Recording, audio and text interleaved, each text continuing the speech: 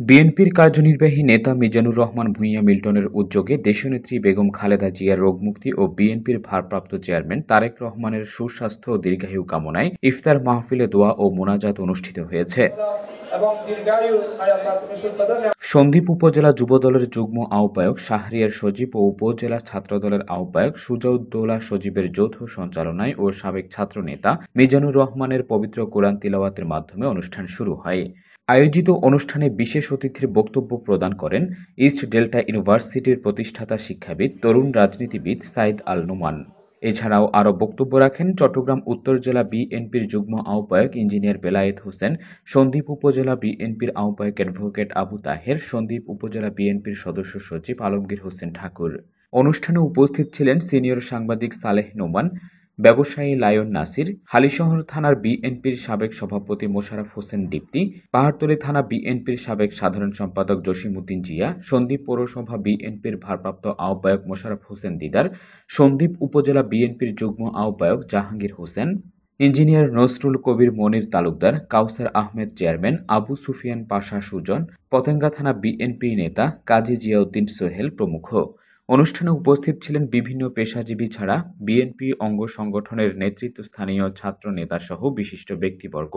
প্রধান অতিথির বক্তব্যে বিএনপির জাতীয় নির্বাহী কমিটির সদস্য মিজানুর রহমান ভূঁইয়া মিল্টন বলেন, চট্টলার বীর পুরুষ অসংগঠিত নেতা বাংলাদেশ জাতীয় দল বিএনপির ভাইস চেয়ারম্যান, সাবেক মন্ত্রী এবং চট্টলাকে যিনি আজকে এই জায়গায় এনেছিলেন, সেই তার সুযোগ্য সন্তান যোগ্য উত্তরসূরি সাইদ আল নোমান এখানে আমাদের শুনতেছেন। সে অনেক কিছু বলার ছিল, পারেননি। আপনারা দেখেছেন তার ভদ্র কণ্ঠে বলছেন। আমরা আশা করব আগামীতে সে আব্দুল্লাহ নোমানের ফুটস্টেপ সে ফলো করে আজকে চট্টগ্রামের সে স্থানটা সে দখল করবে।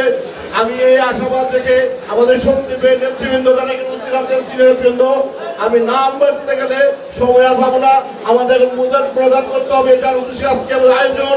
তাই আমরা দেশনেত্রী বেগম খালেদা জিয়া, জনাব তারেক রহমান সহ আমাদের জনাব আব্দুল্লাহ নোমান এবং রিফন তালুকদার জন্য আমরা আজকে মোনাজাত করব।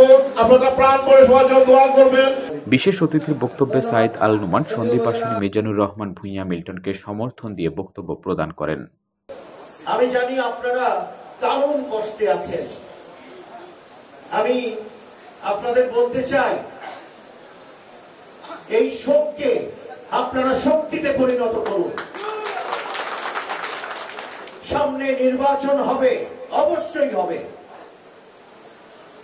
আপনাদের দল, আমার দল, জনাব তারেক রহমানের দল, দেশনেত্রী বেগম খালেদা জিয়ার দল, এই আপোষহীনতার দল, তাদেরকে জিততেই হবে এবং প্রতিটি আসনে ভালো ভালো নেতাদের, ভালো ভালো মানুষদেরকে নেতৃত্ব দিতে হবে। তাহলে আর আমার মনে, আপনার মনে শোক রাখলে চলবে না।